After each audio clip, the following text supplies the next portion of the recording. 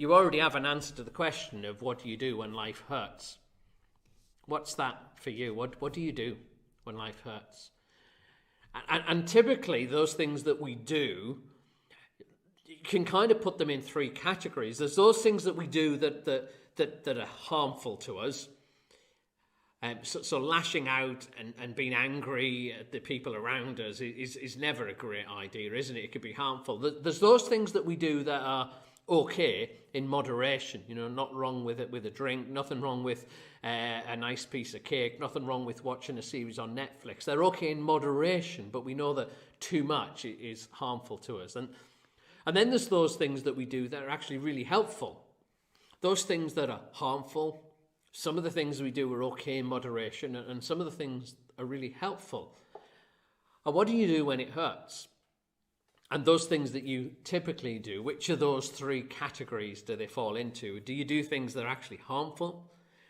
Okay in moderation, but you're maybe doing too much of it? Or are you somebody when life hurts, you just do the helpful things? Well, this morning, what I want us to look at is something that actually is probably not in any of those categories. It's not something that is harmful, and it's not okay in moderation, and it's not helpful. It's actually the next level up. Whatever's better than helpful, that's what we're going to look at this morning. And you might not be a church person. You've just stumbled on this, or you're seeking answers in this time, or maybe a friend who comes to church has said, you should watch this. And if you're not a church person, then you're going to be amazed at what we suggest this morning of what you should do when life hurts.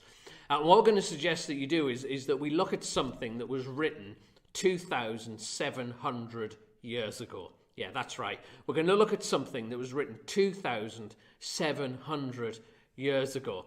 And it's written to a people who were lost and bewildered and abandoned. And there's a suggestion of what should do.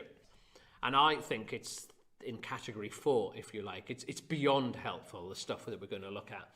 So Mary's going to read this to us, and then we're going to listen to a song to help us worship, and then I'm going to just look at those verses and look at what they offer us practically about what we should do when life hurts.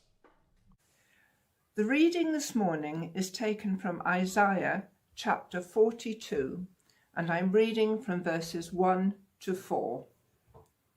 The servant of the Lord.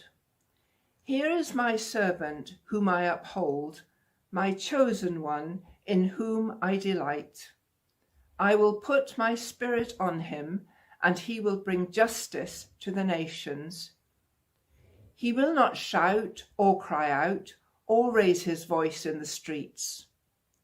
A bruised reed he will not break, and a smouldering wick he will not snuff out. In faithfulness he will bring forth justice. He will not falter or be discouraged till he establishes justice on earth. In his teaching, the islands will put their hope. The servant is Jesus, actually. This passage is about Jesus. There's another thing to get your head around. This was written 700 years before Jesus came, and the instruction is to look at Jesus. Look at Jesus. The word look there, some translations say behold, or take a good look. It's not kind of glance, it's look with intent. Focus on. I don't know if you've had that experience of somebody comes to show you, maybe your child comes to show you a picture or show you something done, and you have a quick look and say, oh, that's lovely. And they say, Mommy or Daddy, you're not looking.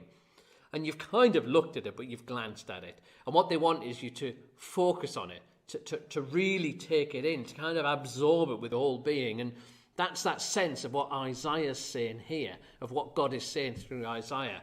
What do you do when life hurts? You do this, you look, you behold Jesus, you take it all in.